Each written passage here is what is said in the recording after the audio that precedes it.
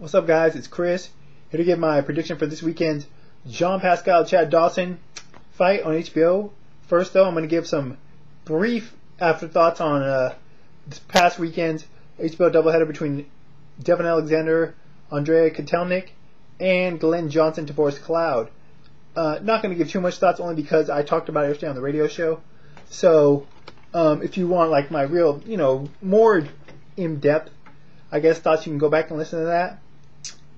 As far as the Glenn Johnson Tavoris Cloud fight, personally, I thought it was a draw. I had it 6 rounds apiece, though I could see why Cloud may have got the decision. The punches that he landed, especially in the one round, I don't know which round it was, I want to say 7th or 6th, where he seemed to stun Glenn Johnson. But Tavoris' punches just had more pop to him, more thud. They seem to be more damaging. And the crowd definitely seemed to get a rise more out of that, and the judges sometimes will as well. So, and Glenn, even though he did win some late rounds, even I think 1 or 2 of the championship rounds, 11-12, he just didn't have as much steam on his punches late. He just seemed to really slow down for one of the first times. I said he usually gets stronger as the fight goes on in the preview for this fight, but that wasn't the case here. I mean, he was in there late, but he didn't have as much on his punches. So I had it 6 rounds apiece, but I could see why Tavoris got the decision. I don't really have a real problem with it, other than the fact that I was surprised that all judges had the same scorecards, which is turned out to be the same in the main event, which I'll address now. Devin Alexander gets a unanimous decision over Andreas Kotelnik. A lot of people, myself included, thought Devin would win this fight pretty clear cut. The way he's looked lately, the way that Amir Khan beat Kotelnik, but and it started out looking that way. Alexander Devin was throwing a lot of punches early, landing Kotelnik a bit of a slow starter. Proved to be the case here as well. But mid rounds, he really started landing some clean shots to the body and the head, and even caused a cut, the first of Alexander's career. And Alexander never really slowed down his output and never stopped doing what he was doing. But a lot of his punches, although Harold Letterman, which surprisingly was giving Devin Alexander damn near every round of the fight, a lot of Devin's punches were landing on Kotelnik's gloves.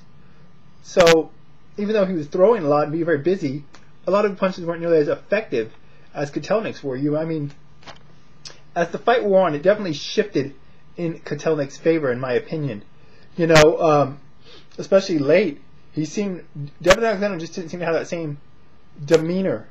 Maybe even not that same confidence that he had early in the fight. But Kotelnik he closed strong. Honestly, if this fight would have been a 15-rounder, Kotelnik probably would have put out the decision, in my opinion. But that's not the case here. We just got to kind of talk about what went down at hand. Goes to the decision. Unanimous decision for Devin Alexander. Not surprising because they were in St. Louis. Not to say it was a robbery. I had it a draw once again, 6 rounds apiece. If there wasn't judging, which there is, so it's a moot point. But if it was just based on who I thought won the fight, who I thought got the better of the other man, based on damage, and just I thought, like Max Kellerman says, who would you rather be? At the end of the fight, I would rather be Kotelnik. I thought he accumulated more damage. Like I said, I thought he closed stronger, and I thought he looked the better off at the end. I thought he had won his rounds more convincingly, to a degree. But it wasn't the case. Once again, 116-112 decision, 8 rounds to 4. And it surprised me right off the bat that all 6 judges in both fights had the exact same scorecards, which you rarely see, and that they all had the same exact scores, 116-112. I honestly cannot remember the last time I saw that. So is it coincidence or potential shady business? It's boxing, so unfortunately I'm going to favor the latter, especially with Don King involved. But whatever. I'm not going to say it was out and out robbery, although I did see a lot of people saying that on Twitter. But I am a lot more intrigued by seeing Alexander face Tim Bradley after this performance. Not saying, I think Bradley would destroy him, but after seeing both their last fights, Bradley and Alexander, you definitely makes the fight, if they fight in January, the unification fight, more intriguing to myself personally. Moving on to this weekend's fight, you have Pascal defending his WBC light heavyweight title against Chad Dawson. Pascal coming off a unanimous decision win over Andre Diaconou, a guy that he actually beat for the title 2 fights previously, against Chad Dawson, surprisingly the challenger. The first thing I'll say about this fight is I'm glad it's happening in Montreal. Whenever fighters Herman Ngoju, Jean Pascal, and of course Lucien Boutet fight up there in Canada, particularly in Montreal, Quebec, the crowd is always very lively, adds to the fight every time with a really good environment like that. So I am glad that it's happening up there. I think these fighters deserve, a good support since they're taking a fight, that is probably to establish who's the best in the division. Sorry, Bernard Hopkins, your time is done, in my opinion. Anyways, Chad Dawson, his last 4 fights have been against Glenn Johnson and Antonio Tarver. He beat both guys twice, more convincingly the second time for each guy, but nevertheless. But it's just funny because he hasn't fought anyone different other than those guys in like 3 years now, until this bout. As for the fight itself, I'm going to favor Chad Dawson. I like Jean Pascal. I'm going to be honest. If I had to watch one of these guys fight the rest of their careers, I would prefer to watch Jean Pascal's fights because I like his style. He's a more entertaining fighter. He's a boxer, but he gets in there and mixes it up. Both guys are very athletic, very talented. Chad Dawson, I think, is a much better schooled technical fighter. I think he's got maybe a slight edge in speed. I don't know. He definitely has a big edge and advantage in reach. He's got a really long reach advantage. I believe it's almost 9 inches or something to that, even though his height advantage is only like a couple inches. But he's also, I believe, the naturally bigger fighter, although I don't think size will play a big factor in this fight other than, like I said, the reach advantage. I think that could be a very big factor if Dawson wants to fight from the outside, use his jab, and, which usually he does. Chad Dawson, he mixed it up in the first Glenn Johnson fight, and we saw it was to his detriment, He almost lost that fight. He was hurt on more than one occasion. Not to say that Jean Pascal is going to hurt him, you never know, but I think Chad Dawson is going to fight a smart fight. He's not as popular or as known as you would think based on just watching him fight. He's one of the more skilled fighters out there, but a lot of people say it's because of the style he fights and because of his demeanor both in and outside of the ring, So, somewhat reminiscent of a young Floyd Mayweather before Pretty Boy turned into Money Mayweather and changed his whole persona. But, yeah, I favor Chad Dawson to win this fight. I look at it like this. Even though Pascal is the champion, his biggest win is probably over Diacono, and he actually, struggled. The first fight was a war, and he won convincingly, but he had his moments there where he was in danger. And I think Chad Dawson would absolutely dominate Adrian Diacono. No disrespect to Adrian Diacono, but that's the way I see it. I think Chad Dawson would have no problems with him, so that's kind of how I predict this fight, other than the things I've already mentioned, the different intangibles and whatnot. Plus, Chad Dawson has a win over Thomas Adamek.